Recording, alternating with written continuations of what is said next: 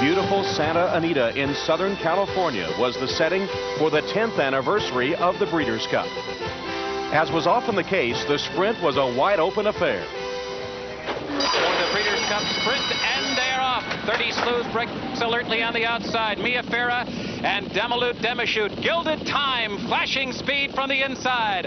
Up the back stretch, and it's the filly. Mia Farah leading the way. Demalute Demashute all out, trying to stick with her early. Then toward the inside, Gilded Time is running third. LED is up close, running in fourth position. On the outside, 30 Sleuth is fifth. Surprise Offer, sixth toward the inside. The Canadian filly, Apelia, is running in seventh. The French spinner, Mon Bleu, is eighth on the far outside. Sayadati is ninth. Cardmania was up close earlier, but he's dropped back to 10th. Fly So Free is 11th. Bird on the Wire, the favorite, is better than 12 lengths from the lead with less than 3 furlongs to run. Then now listen, and Music Merci is the trailer. And the filly flaunts her speed. The opening quarter, 1 in 21 seconds as the field turns for home. Gilded Time takes a run at Mia Farah. Demalute Demashute hanging tough toward the inside. On the outside, 30 Sleuth is right there. Cardmania is closing, and Mon Bleu, but it's still the filly holding on. Mia Farah is still there. Gilded Time, Cardmania closing powerfully. It's going to be close. It's photo finish. Cardmania flying at the end to photo with Mia Farah. Gilded Time was third. The 7-year-old gelding Cardmania became the oldest horse ever to win a Breeders' Cup race. The California-based sprinter here coming from way back in the pack. Mia Farah, the gray filly, in front. Gilded Time and Cardmania on the outside, just getting up to nip Mia Farah for the win in the sprint.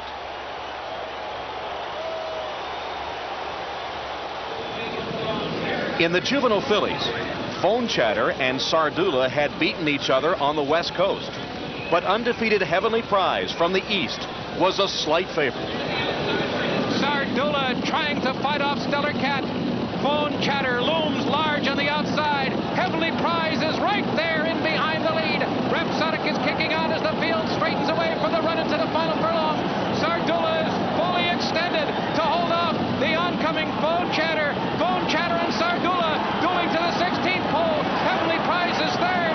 What a finish as they come to the line. Sardula and Phone Chatter stride for stride.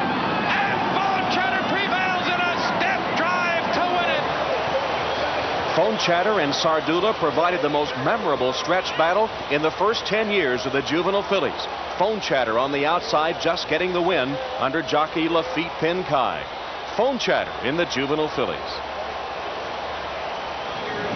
Defending champion Passiana was seeking a repeat win in the Distaff, but 3-year-old Hollywood Wildcat was a slight favorite. The field moving into the far turn now, and Hollywood Wildcat makes a run at the lead. Hollywood Wildcat on the outside. Super Gem digs down, and now Passiana poised and making her move for the lead. And Sky Beauty coming into contention on the outside. Dispute behind a wall of horses is fifth as the field turns for home, and Passiana has a short lead, but Hollywood Wildcat is right there with her, and those two headlong into the final furlong together. McCarran all over his champion mare Passiana.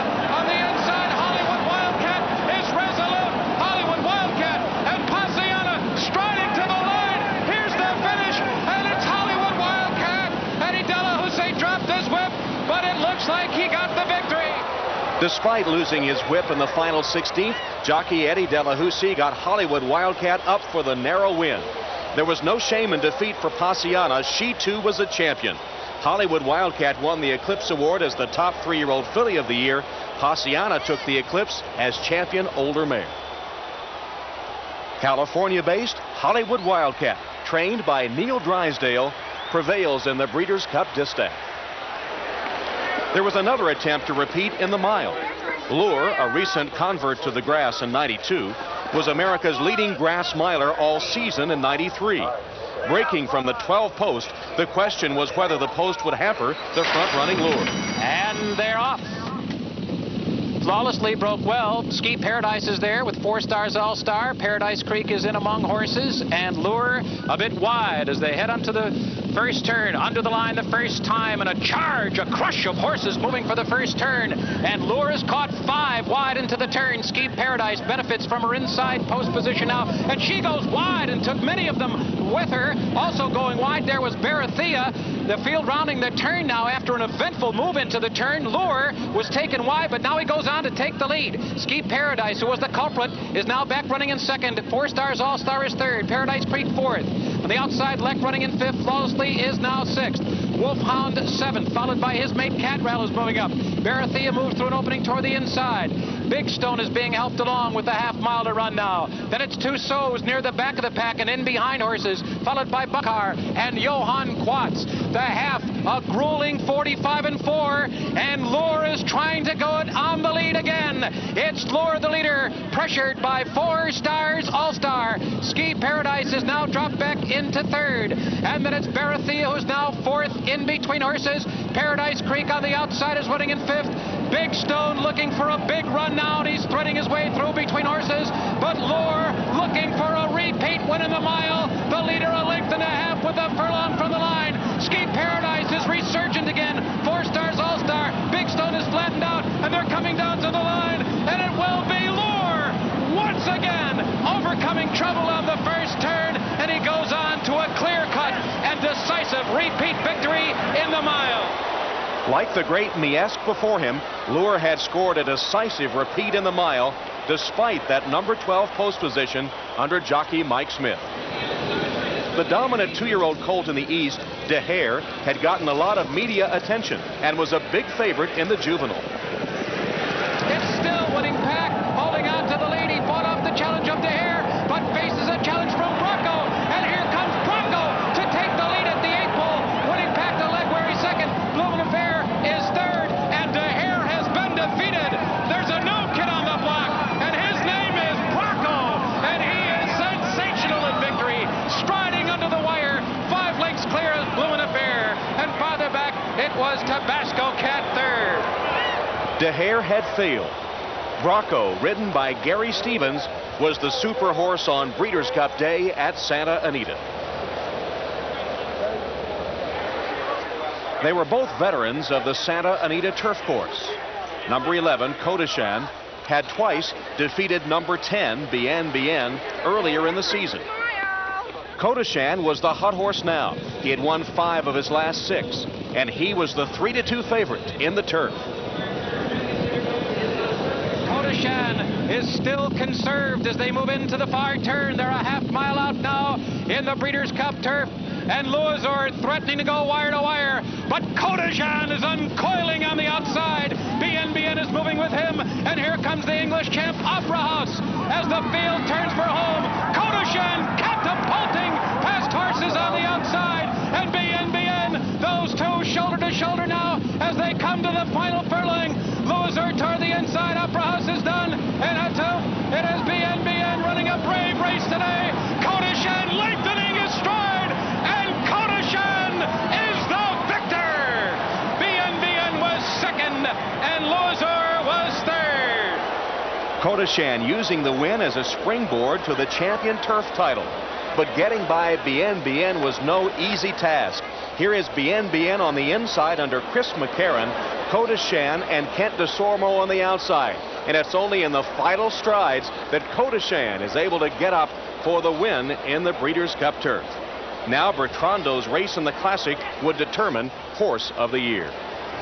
The front-running Bertrando had won major races on both coasts coming up to the Classic. As the 6-5 favorite, he would dictate the pace. And they're off.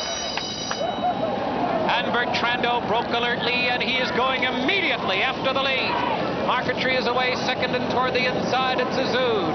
But it is Bertrando who establishes the lead at once, and he goes directly to the rail with the 2.5 length lead, and his mate Marquetry concedes the lead second on the outside. Azud up close third, and so is Best Pal, and he's moving through between horses fourth. And Diazo is a close fifth on the outside, first time under the line. Miner's Mark is 3 wide, running in sixth. The Belmont winner Colonial Affair is seventh toward the inside. Kiss and Chris is up close to the pace today, only 6 lengths from the lead. Then farther back it's Arkong, and Devil Is Due is alongside him. Then farther back it's a break of 4 lengths to Pleasant Tango. Missionary Ridge is second to last, while his stablemates run 1-2. And at the back of the pack is late running Walenda. Solid fractions here, the opening half mile in 46 and 4/5 seconds. Bertrando leads the way down the backstretch with his stablemate Marquetry just off his flank. Diazo is up close and eager. He's third on the outside. Toward the rail, it's Azud running in fourth. And the Californian, Best Pal, laid back in fifth position. Miner's Mark is sixth with a half mile to run. Arkang beginning to hit his best stride. Devil is Due is sent 4 wide as they move into the far turn. Colonial Affair is only 7 lengths from the lead. Then farther back, Pleasant Tango. Kissing Chris has dropped back. Missionary Ridge and Walenda is the trailer, 15 lengths from Bertrando, who blazes the way around the far turn. Marquetry is right there. Diazo taking his run for the lead as they come to the top of the stretch. Azud is still in with the chance in behind horses. Best Pal is only 4 lengths from the lead. Pleasant Tango is coming hard. Kissing Chris is also right there. Arkang is coming in between horses. And it's still Bertrando with an onslaught of challengers. Here comes Arkang. A huge upset looming here as Arkang comes flying on the outside. And he runs by Bertrando. Kissing Chris. Here is Arkang to win it in an absolute shocker. He's 99-1 in the $3 million Classic. The mystery horse from France had scored the biggest upset in Breeders' Cup history, officially 133-1. Here's Bertrando, the early pace setter, now being overhauled by Arkong. Jerry Bailey couldn't pronounce the horse's name, but he gave Arkong a spectacular ride. On the outside, Arkong pulling away from Bertrando and going to an easy win in the $3 million Breeders' Cup Classic. The tote board sent a surge of electricity through the crowd as Arkong paid $269.20 to win, as Santa Anita wrote a shocking finale to 10 years of the Breeders' Cup.